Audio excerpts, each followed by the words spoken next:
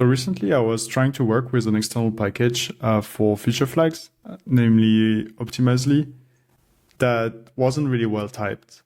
So any potential variables that would come from a feature flag would always be of type unknown. And so I decided that I would build my own little wrapper function that would return a more accurate type, because I always knew, based on a specific key, what the payload of the feature flag would be. So for homepage, I would have label with a number, and for CTA, I would have a next page.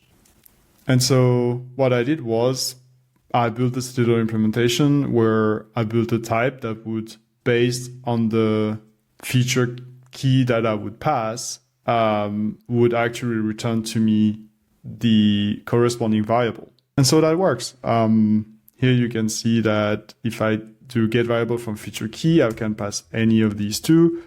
And based on that, I get the corresponding variable that's here. What I realized is that actually the return type I would get when I would use the function would be a union type of all of the possible values in this feature key type. So it would be either coming from homepage or CTA. So I was not able to narrow it down to the correct return type. And so I looked at my implementation a little bit closer, and I was a little bit confused because it seemed all to be pretty correct. But then I realized something by hovering here, which is that when I was saying T extends feature key and name is of feature key the type name, it would be, TypeScript would not resolve it the way I would think. It would actually first resolve T and say, okay, well, if T extends feature key, you're basically saying that this is feature key name. But that would not work, right? Because feature key name is of type union either homepage or CTA, and it could be a union of many more keys.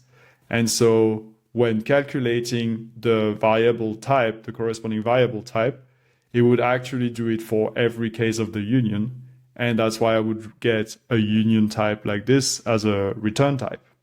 The solution is pretty simple actually, but it doesn't look very obvious when you look at it because it all looks pretty correct.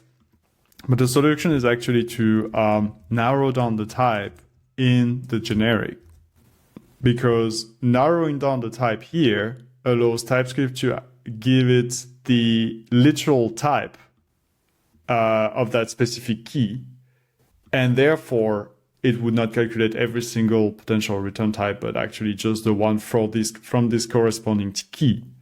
And so I reached the conclusion that we need in our generics to narrow down the types as much as possible to allow TypeScript to narrow down or to simplify as much as possible the types that are passed, the known types specifically, because in that case, T is only known when we run the implementation.